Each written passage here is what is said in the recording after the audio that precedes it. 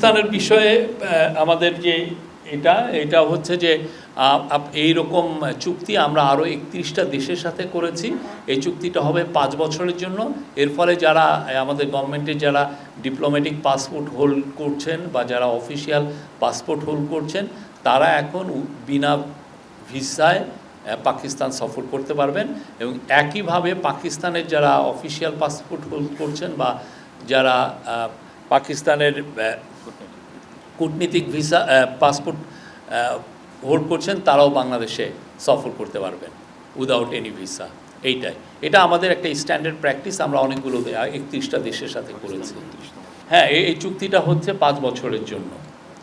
আরেকটা আপনি জানেন যে আগামী 24, 25, 26 তারিখে রোহিঙ্গা একটা কনফারেন্স হচ্ছে কক্সবাজারে। এই অন্তর্বর্তীকালীন গভর্নমেন্ট রোহিঙ্গা ইস্যুটাকে খুব সিরিয়াসলি দেখছেন। আপনি জানেন এই বিষয়ে আমরা অনেকের সাথে আমরা কাজ করছি, অনেক দেশের সাথে খুব নিবিড়ভাবে আমরা এই বিষয় নিয়ে আলাপ আলোচনা করছি।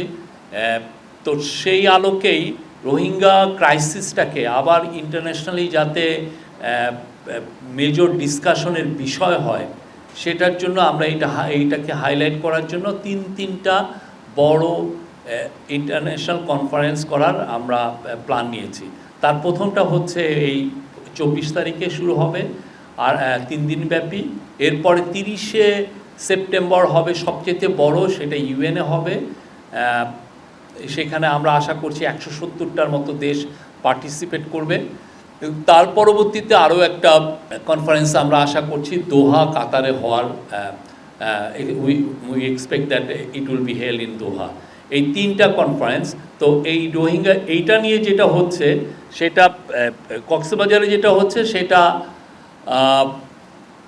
এখানে মেজর ইস্যু হলো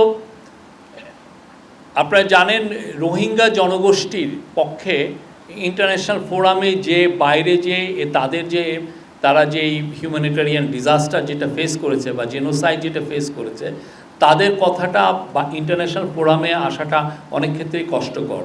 সেই জন্য তারা যাতে কক্সবাজারে এই ইন্টারন্যাশনালি এই যে যারা আমরা আশা করছি যে 40টার মতো দেশের প্রতিনিধিবৃন্দ এখানে থাকবেন, অনেক ইন্টারন্যাশনাল অর্গানাইজেশন এবং অনেক ইউএন অর্গানাইজেশন এইখানে থাকবেন।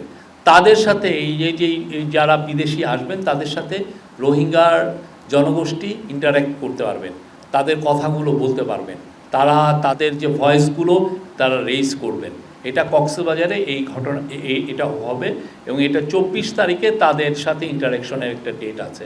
25 তারিখে আমাদের চিফ অ্যাডভাইজার মহোদয় ওখানে যাচ্ছেন এবং 26 তারিখে তারপর উনি এসে পড়ার পরেও কন্টিনিউ করবে ডায়ালগ এবং এটা 26 তারিখে কনক্লুশন হবে। তো এখানে মেজর যেগুলো ডিসকাশন পয়েন্ট, যেই সংস্কার কমিশনের যতগুলো সংস্কার বাস্তবায়িত হচ্ছে এটা হচ্ছে যে মোট 11টা কমিশনের মধ্যে কনস্টিটিউশনাল যে কমিশন ছাড়া যে 10টা কমিশনের উপরে আশুকরণীয় 366টা বাছা হয়েছিল, সেটার উপরে একটা আমরা গত সপ্তাহে হাইলাইট দিয়েছিলাম। তো এখানে আপনাদের একটা বিষয়, সংস্কার শুধুমাত্র কমিশনগুলো যে 10টা করেছে, হ্যাঁ 10টা কমিশনের যে সংস্কার এটাই আমরা বাস্তবায়ন করছি না, এছাড়াও প্রত্যেকটা মিনিস্ট্রি এই আমাদের গভর্নমেন্টের দায়িত্ব গ্রহণ করার পরের থেকে তারা সবাই স্বপ্রণোদিত হয়ে এবং নিজেরা আইডেন্টিফাই করে অনেকগুলো কাজ করেছেন। আমরা আপনাদের কাছে আহ্বান করব প্রত্যেকটা মিনিস্ট্রির সাথে আপনারা যদি যোগাযোগ করেন তারা আপনাদেরকে এই লিস্টগুলো প্রোভাইড করতে পারবেন কতগুলো কাজ হয়েছে। আমি বলতে পারি এইখানে কয়েকশো সংস্কারের কাজ করেছেন এই প্রত্যেকটা মিনিস্ট্রি, তারা নিজেরা এটাই এমনকি যে সংস্কার কমিশনগুলো রিপোর্ট দিবেন সেই জন্য তারা বসে থাকেননি। প্রত্যেকটা মিনিস্ট্রি, আমি ল মিনিস্ট্রির কথা বলতে পারি, আমি এনভায়রনমেন্ট মিনিস্ট্রির কথা বলতে পারি, এনার্জি মিনিস্ট্রির কথা বলতে পারি এবং এনার্জি মিনিস্ট্রিতে কিছু কিছু কাজ খুব দ্রুতভাবে করা হয়েছে। যেমন আপনি জানেন স্পেশাল পাওয়ার্স অ্যাক্ট ছিল একটা, এটা আমরা এই গভর্নমেন্ট দায়িত্ব গ্রহণের 2 সপ্তাহের মধ্যেই এই কাজটা করা হয়েছে। এর ফলে যেটা হয়েছে যে এই অ্যাক্টের মাধ্যমে বাংলাদেশে সবচেয়ে বেশি চুরি হয়েছে, যার ফলে গত গভর্নমেন্ট তার যারা পছন্দের যারা বিজনেসম্যান তাদেরকে চুরির লাইসেন্স দিয়েছিলেন এই পাওয়ার প্ল্যান্ট ক্যাপাসিটি চার্জের মাধ্যমে, পাওয়ার প্ল্যান্টের চুক্তির মাধ্যমে। তো সেইটা নিয়ে আজকে এইটা পর্যালোচনা করা হয়েছে। আজকে এই সংস্কার কমিশনের সুপারিশ কতটুকু বাস্তবায়ন হয়েছে এবং সেইটা সামনে আরও স্ট্রিমলাইন করার কথা বলেছেন।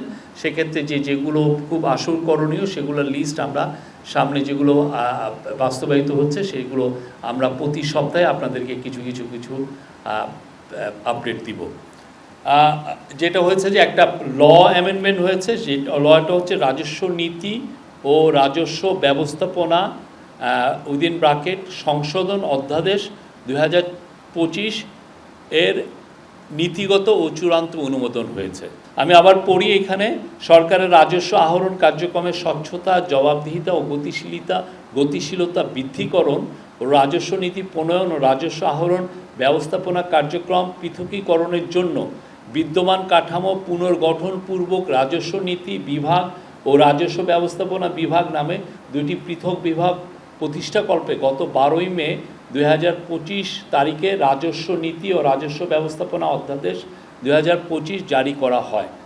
জারি করা অধ্যাদেশের কয়েকটি ধারার বিষয়ে জাতীয় রাজস্ব বোর্ডের কর্মচারীদের সাথে কথাবার্তা হয়।